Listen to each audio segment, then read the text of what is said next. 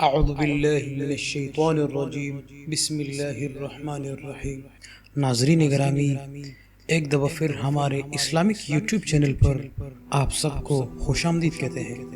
ناظرین، حضرت عمر بن خطاب رضی اللہ تعالیٰ عنہ خلافت سنبھالنے کے بعد جب بیت المال میں آئے تو لوگوں سے پوچھا کہ حضرت ابوبکر رضی اللہ تعالیٰ عنہ کیا کیا کرتے تھے، تو لوگوں نے بتایا کہ وہ نماز سے فارغ ہو کر کھانے کا تھوڑا سا سامان لے کر ایک طرف کو نکل جایا کرتے تھے۔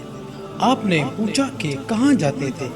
لوگوں نے بتایا کہ یہ نہیں پتا، بس اس طرف کو نکل جاتے تھے۔ آپ رضی اللہ تعالیٰ عنہ نے کھانے کا سامان لیا اور اس طرف کو نکل کے لوگوں سے پوچھتے ہوئے کہ حضرت ابوبکر رضی اللہ تعالیٰ عنہ کس جگہ جاتے تھے۔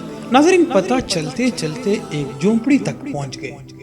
وہاں جا کر دیکھا کہ ایک بوڑھا آدمی دونوں آنکھوں سے اندھا ہے اور اس کے منہ پر پالکے بنے ہوئے ہیں۔ اس نے جب کسی کے آنے کی آواز سنی تو بڑے غصے میں بولا کہ پچھلے 3 دن سے کہاں چلے گئے تھے؟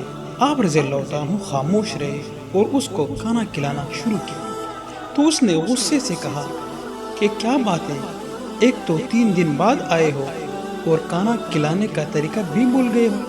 ناظرین، آپ رضی اللہ تعالیٰ عنہ نے جب یہ سنا تو رونے لگے اور اسے بتایا کہ میں عمر رضی اللہ تعالیٰ عنہ ہوں، اور وہ جو آپ کو کھانا کھلاتے تھے وہ مسلمانوں کے خلیفہ حضرت ابوبکر رضی اللہ تعالیٰ عنہ تھے، اور وہ اب وفات پا چکے ہیں۔ ناظرین، جب اس بوڑھے نے یہ بات سنی تو کھڑا ہو گیا اور کہا کہ اے عمر رضی اللہ تعالیٰ عنہ، مجھے کلمہ پڑھا کر مسلمان کر دے۔ ناظرین، وہ بوڑھا کہہ رہا تھا کہ پچھلے 2 سال سے وہ آدمی یعنی حضرت ابوبکر رضی اللہ عنہ میرے پاس آتا تھا اور کھانا کھلاتا رہتا تھا، ایک دن بھی اس نے مجھے نہیں بتایا کہ میں کون ہوں۔ تو ناظرین گرامی، ہمارے محترم و مکرم قارئین کرام ایسے اچھے اخلاق والے تھے، وہ ابوبکر رضی اللہ تعالیٰ عنہ اور ایسے ہی اچھے اخلاق کا درس دیتا ہے۔ ناظرین، ہمیں ہمارا یہ دین اسلام یہ درس دیتا ہے۔